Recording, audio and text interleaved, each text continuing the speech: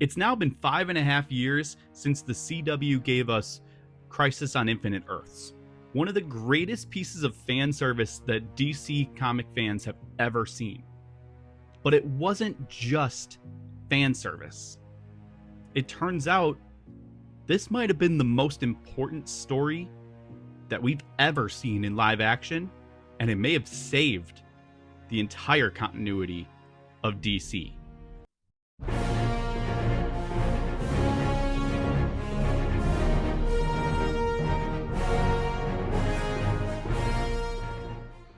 So let's start with what the Crisis on Infinite Earths miniseries as part of the Arrowverse actually accomplished at the time, back in December 2019 and January 2020 when it first aired. That series not only concluded Arrow in a very satisfying way, even though it was controversial, with Oliver Queen sacrificing himself instead of Supergirl and the Flash, like actually happens in the comic by Marv Wolfman. It also set the stage for combining all pieces of live action DC comics before and after. We knew that we'd been building to this moment for quite some time. We had the Monitor show up a year before, and we also saw Oliver confront the Monitor pretty heavy, especially upon learning of potential fates moving forward. Listen, do you remember the newspaper article I showed you in the Time Vault? Red skies and a crisis? Okay, well, the Monitor confirmed the paper's headline, and in this crisis, I'm supposed to die. No. No. We need to talk now. Who are you talking to? Hey, right now! Which, if you're a DC fan, you know that in Crisis on Infinite Earths, when you've got the Monitor, and you've got the Flash, and you've got Supergirl, the Flash and Supergirl die in Crisis on Infinite Earths in the comic.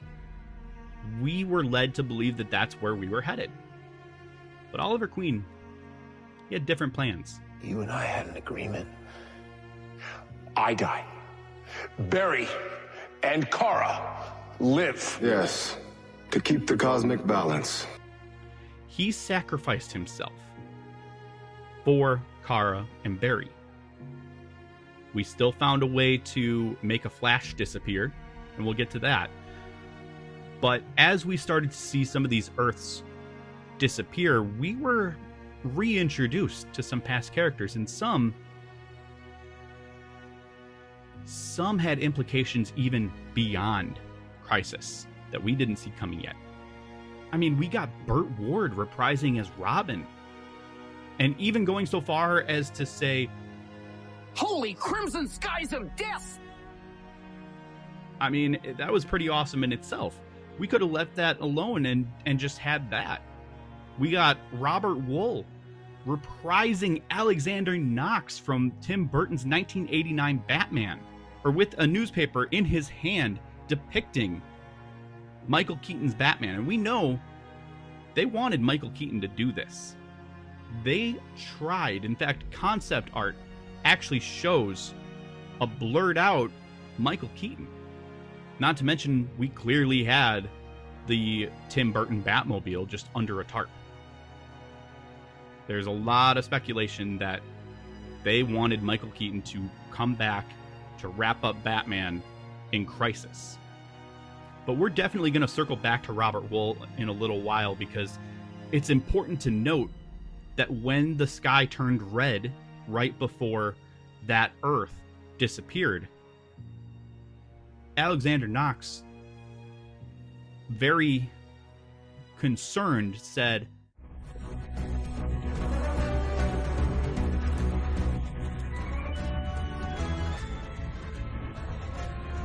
I hope you're watching, big guy. meaning that Batman was still active in that universe. Some of the other callbacks we got included Birds of Prey. We got to see the Huntress one more time from that honestly pretty decent 2002 Birds of Prey series. I had the season 1 on DVD. There was only one season, but it wasn't terrible. It wasn't great, but I mean, I got what they were going for, and they were trying to do a Smallville thing again, which we got Smallville back. We got to see Tom Welling reprise his role in a very great scene, honestly. Reprise his role as Clark Kent. And he comes face to face with not just the Arrowverse's Superman and Lois and Iris, but also with a version of Lex Luthor. And I say a version because this gets even more complicated with Lex.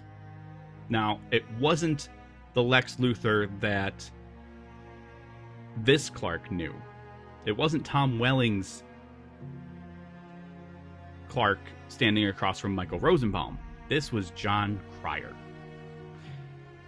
which in itself is already a continuity thing, because John Cryer played Lex Luthor's nephew in a past Superman film back in when Christopher Reeves was Superman. So we have that continuity, not to mention the continuity with Smallville to begin with, where we have past actors coming back as different characters. Smallville has their alumni sprinkled throughout the Arrowverse as well. Laura Vandervoort, she played Kara in Smallville. And in Supergirl, we had Laura Vandervoort coming back. I mean, there's so many different ways that it went around. Martha Kent from Smallville, Annette O'Toole, she played Lana Lang in the Christopher Reeves movies. We had Christopher Reeves himself in Smallville. All of this stuff comes back. Crisis on Infinite Earths explains how all of that can happen. Because another key cameo that wasn't really a cameo because he was already in the series was Brandon Routh. Now in Arrow, he played the Atom, Ray Palmer. And he was already aboard the Wave Rider with the whole team. But in searching for this other Superman that they were supposed to find, they found the Superman Returns Brandon Routh. It was even played up, this whole thing about how he looks exactly the same. Okay, well, we still only have 3. Bruce Wayne wasn't the paragon of anything, so...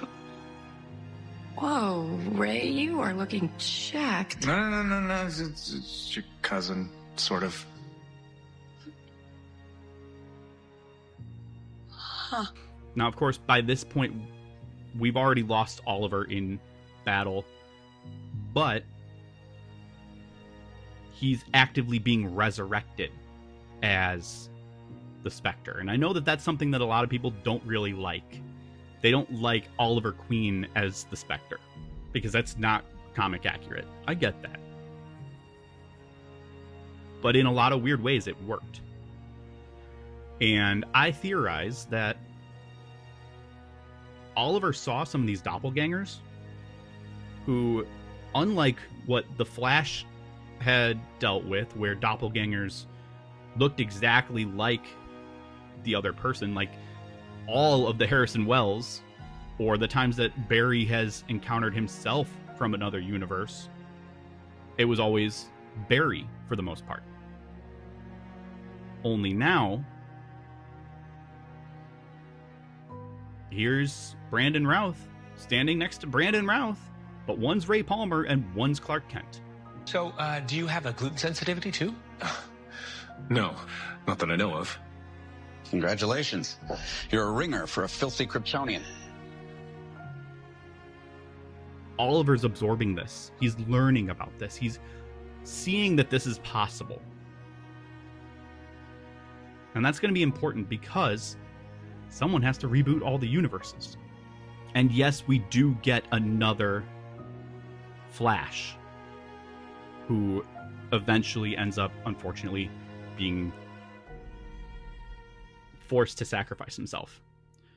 Only it wasn't Grant Gustin's Flash. It was actually the 1990 television series Flash. Now, here's the great thing about this. That 1990 Flash was played by John Wesley Shipp. John Wesley Shipp, from the very beginning of the television series The Flash with Grant Gustin, has played Henry Allen, Barry's dad. And in another universe, he also is Jay Garrick. But in mainline, he was Barry. He was just a different Barry. But there's one more surprise that not even the rest of the cast saw coming. And that is while they were in the Speed Force, when most of these other characters were now gone, Barry comes in contact with Ezra Miller's Barry inside the Speed Force. Now,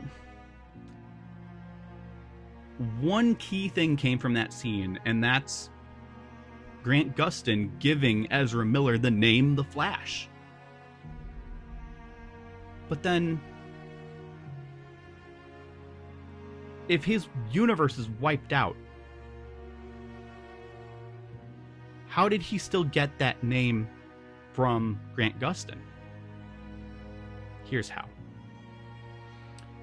Just like with Ant-Man being stuck in the quantum realm, I believe that Ezra Miller's Barry Allen was inside the Speed Force at the exact moment that the SnyderVerse, as they knew it, faded away. It was gone. And to complicate things even more,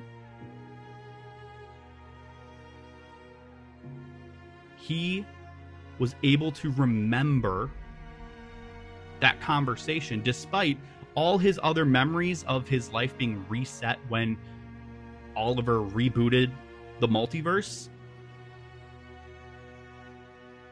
The Speed Force is outside of the Spectre's domain. He can't create Speed Force. That memory existed from inside the Speed Force, not on an Earth. That's how we still get the name The Flash from Grant Gustin to Ezra Miller. But now, how do we get all these different universes established? When Oliver returns a few seasons later for the final season of The Flash, he tells Barry that he's been creating universes. Iris, the baby, the whole world's in danger. I know, but it's not just your world that's in danger. He's not exactly Dr. Manhattan for the DCU, but part of me wonders if he's actually working alongside Dr. Manhattan, if he's been in contact with Dr. Manhattan. And that's how we wind up with Superman and Lois being its own universe. And that's how some of the other universes that have already vanished were reset. We saw Brandon Routh regain the proper colors of Superman because his Earth was set right. We saw Green Lantern Corps off in the distance. We saw Doom Patrol was revived. All of these Earths were revived because of Oliver. When I took on the power of the Spectre, I thought that I was simply creating Earth Prime. But I was also making something else. A new multiverse to replace the one that had fallen. And yeah, that does include the SnyderVerse. But here's where the SnyderVerse gets complicated and how Crisis actually explains all of it. So when James Gunn took over for DCU, he had a very tall task to address. How do I make all of this make sense? He was given a Suicide Squad movie. He kept the Peacemaker going with John Cena. But how is John Cena in both the SnyderVerse and the DCU under James Gunn? Because he did cameo in the new Superman movie. Easy. How is John Wesley Shipp, Henry Allen, Barry Allen, and Jay Garrick? How is Annette O'Toole, Lana Lang, and Martha Kent? How is John Cryer Lex Luthor? And then he's not Lex Luthor because Superman and Lois winds up becoming another universe. With its own Diggle, by the way. How are there two Diggles?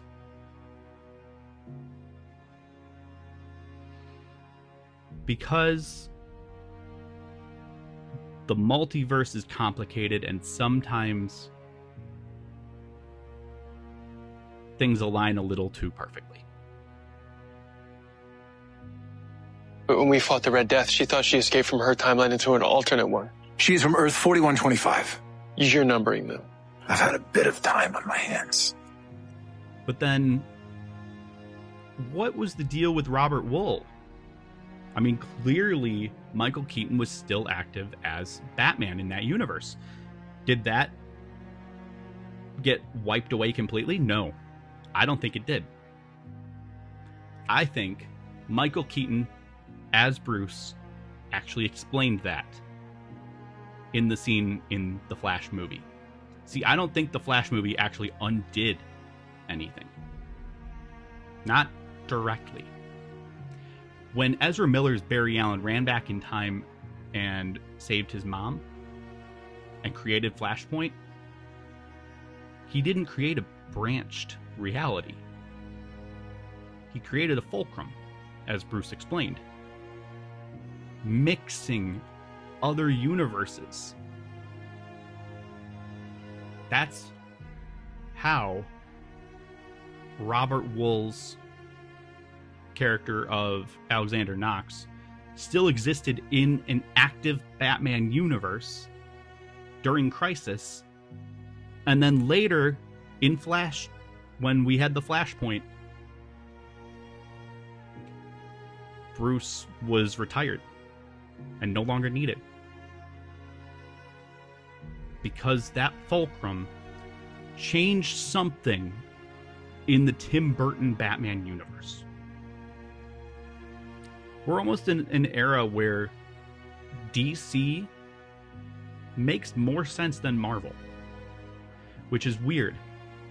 But the difference, Marvel is always going to have before and after Endgame, but it's still messy, especially when you count the X-Men. I'll do a video on the X-Men timeline eventually. But DC is always going to have before and after Crisis.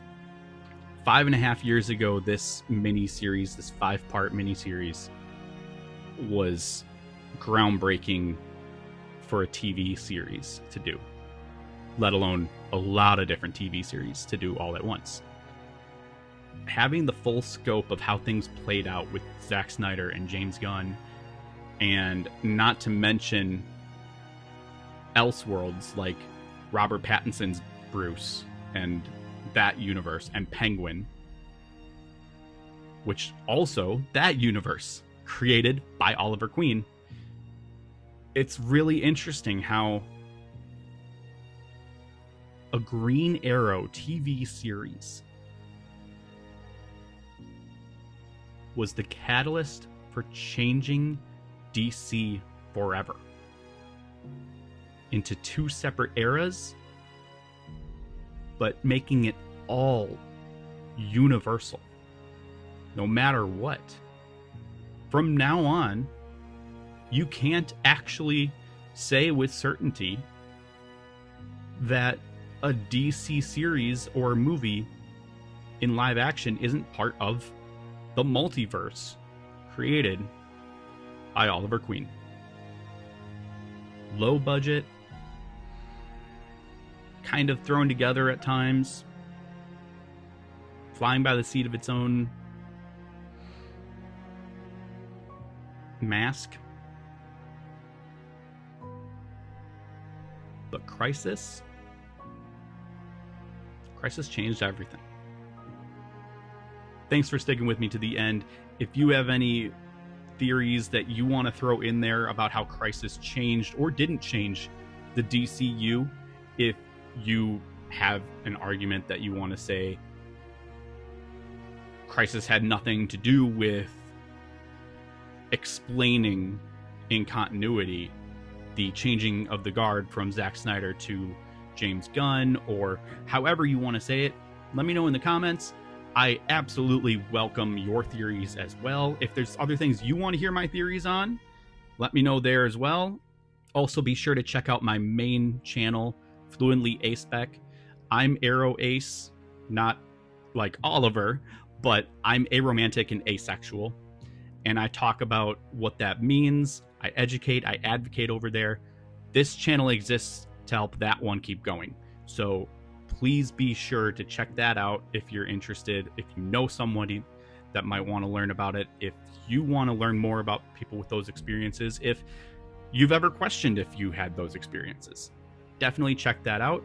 And don't forget to like, share, subscribe, hit that notification button, punch it just like Oliver punching the anti-monitor.